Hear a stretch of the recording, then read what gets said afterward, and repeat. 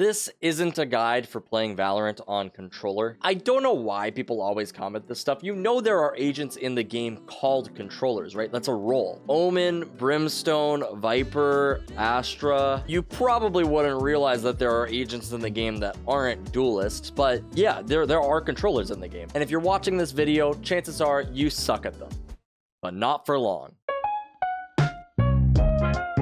It's come to my attention that most people don't know how to play controllers, and that's totally fine. They're probably spending their time playing other characters. They like the Phoenix, they like the Jet. If you don't know what a controller is, these are the guys that smoke things. Hopefully you know this already, but the reason that smokes are so important is because Valorant is a game of angles. Your goal in Valorant is to try your best to isolate each gunfight and play with your team to give yourself the best chance of winning. If you haven't already noticed in Valorant, each map is constructed in a way so if the defense plays intelligently, the offense will eventually have to push into crossfires or angles that are not favorable for them. That's where the controller comes in. Although the offense has to eventually push into angles that are not favorable, if you have a controller to isolate those angles, it becomes just a little bit easier. Their job is to control which angles are playable and which angles are not to give your team the best chance of winning.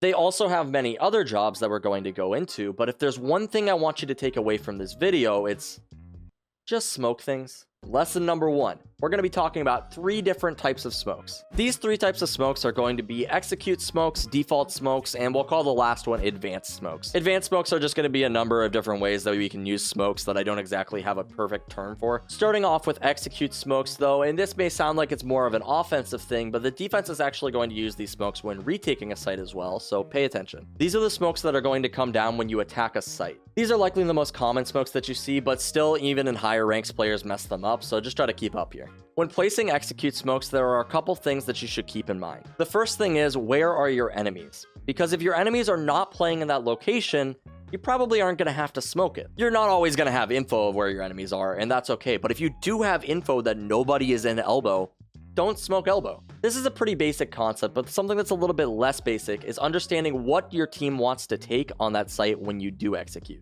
For example, if you place a smoke on U-Haul, it's going to make it very difficult for that player in U-Haul to deal with you. However, it's also going to make it very difficult for your team to take control of U-Haul. Players oftentimes think it's enough to just get the bomb down, but the problem is if you don't take control of that location, you give defenders a very easy rotate onto the site. And this isn't to say that it's never okay to give up a position like U-Haul. However, if you're going to give them something, you want to take something in return. This is why if you're going to be smoking U-Haul, you want to place your other smokes in a position that is going to help your team take control of the rest of the site instead. An example of some really bad smokes on a site would be this. Notice how it denies your team access to U-Haul, but it also denies your team access to back site. These smokes are pretty much placing your team in a really bad post-plant position because it's not giving you any control of anything. What's going to happen is the defenders are going to run onto site, they're going to burst through U-Haul, they're going to burst through backside, and they'll be able to isolate both showers and short and probably get the bomb defuse. You didn't really put into consideration what your team wanted or needed to take, and it's going to hurt you in the long run. To avoid this problem, in the background, I'm going to be showing a couple of standard execute smokes for every map. You can pretty much use these in any situation, and your team won't get mad at you. There are a lot of nuances that go into placing smokes for executes. However, if you don't know what to smoke, these are the locations that you should smoke. Now, the other thing to keep in mind is how many smokes you have left, because if you only have 1 smoke left, you're going to have to choose wisely where you're going to put it. For the sake of this example, let's say you only have 1 smoke left and you're attacking a site on ascent.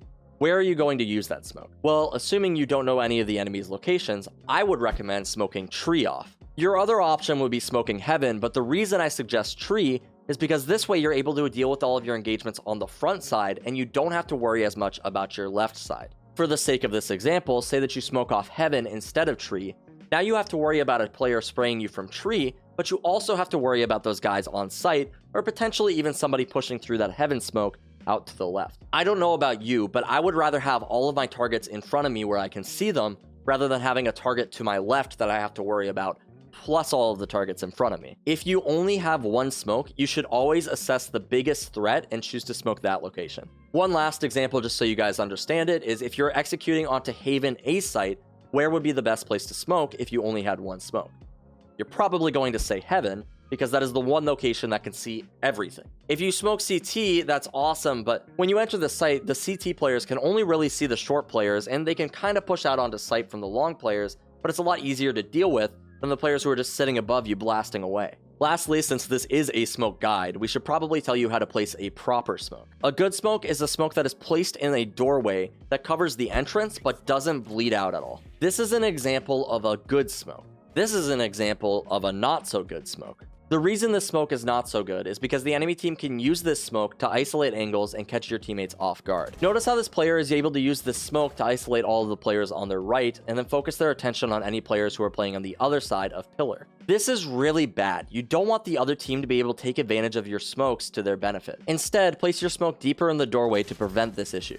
Speaking of which, this is something that is often referred to as a lurk smoke that can be used to your benefit. It doesn't need to be placed by an enemy, this is something that you can place yourself as well. For example, a smoke that players will often use is on the outside of Garage on Haven. You place this smoke to make it more difficult for attackers to push into Garage, but it also gives you the opportunity, if you want to push out of this smoke and isolate those angles in mid. Using this smoke, you can peek out to the right side and isolate the angle in window and take that duel towards grass, and this can really catch players off guard. If there's nobody grass, you can even use this to start clearing out the rest of mid more safely. I don't recommend doing this a lot because players will just begin to pre-aim you and kill you after you push out, but it is a tactic that you can use if you've been setting up this default. Speaking of default smokes, let's get into those. Before we do though, if you guys are interested in checking out our VOD review series, you can check that out on the Patreon down below. For just $5 a month, you'll get access to all the VOD reviews where I break down common mistakes that players will make and how you can fix them. It also gives you the chance to get your own VOD reviewed, and if you don't like it, then you are free to cancel within the first month period free of charge. This is a great way to support the channel while also getting access to more content, so if you guys wanted to check that out, link in the description below. Anyway though, moving on to default smokes, these are smokes that you'll place pretty much every round. The goal of them is to help your team take control of territory and establish pressure at the same time. A great example of a default smoke that you'll place pretty much every round is vents on split. You do this at the beginning of every round on split to establish pressure, deny vision to the enemies, and help your team take control of middle more safely. Notice how if vents is not smoked, this player in vents knows basically nobody's middle and they can focus all of their attention towards other places. However, if vents is smoked, the only way that they can get that information is by pushing up through mailroom, which is pretty risky. It is far more difficult to fall back from mailroom than it is vents, and if they decide to push up for this info,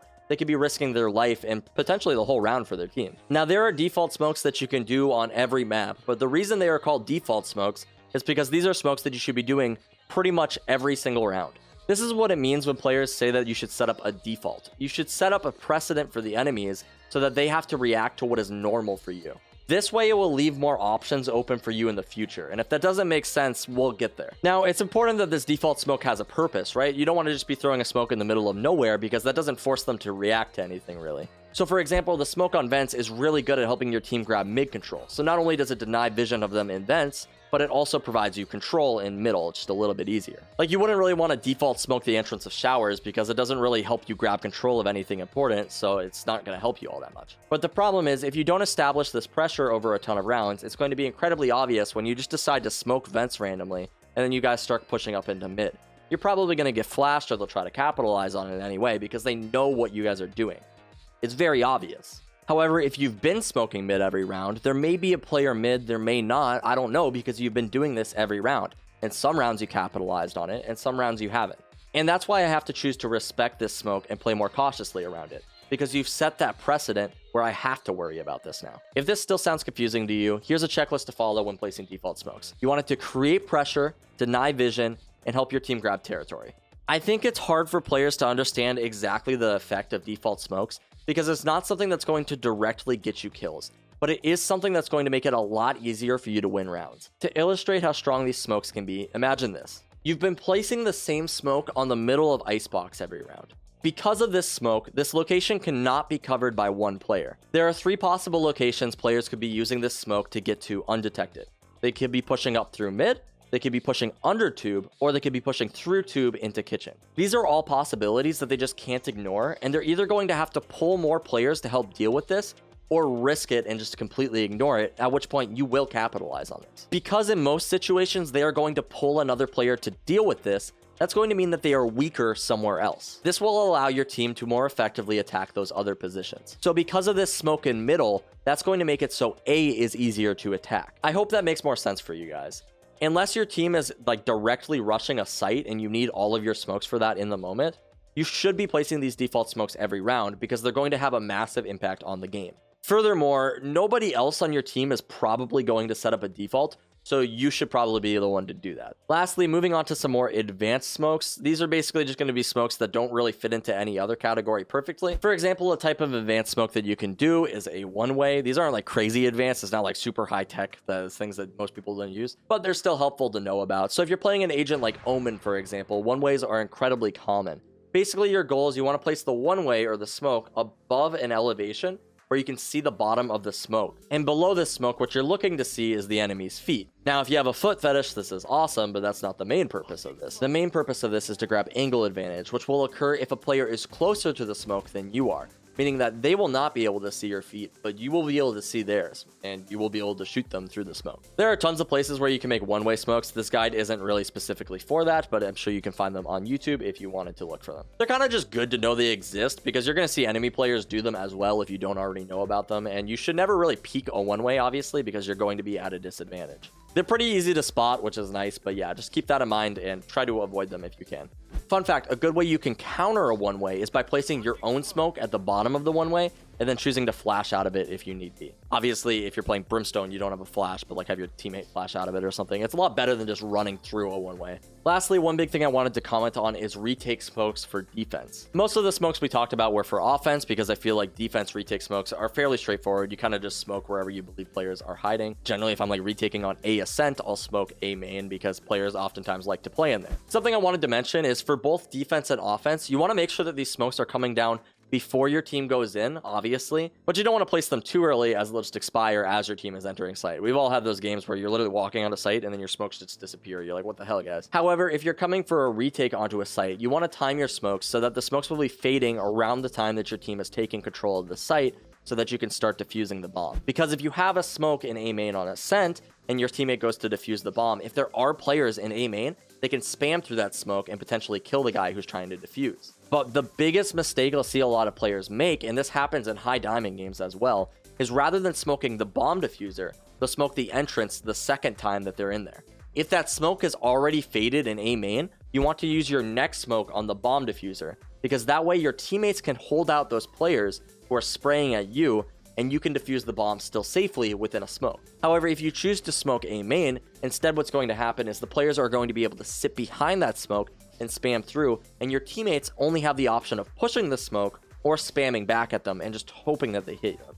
This is something that will lose you a lot of rounds. Remember to smoke the bomb diffuser, don't smoke the entrance the second time. Aside from that, that's all the controller tips I have for you. Hopefully you guys learned a thing or two, and if you have, be sure to subscribe to the channel down below. It really does help us out. All of these things I learned from watching professional matches, hearing pro players speak, and from my own personal experience, so I hope that this was helpful for you. Lastly, if you guys are interested in our VOD review series, the Patreon link is down in the description below, and I will see you guys in the next video. Peace out.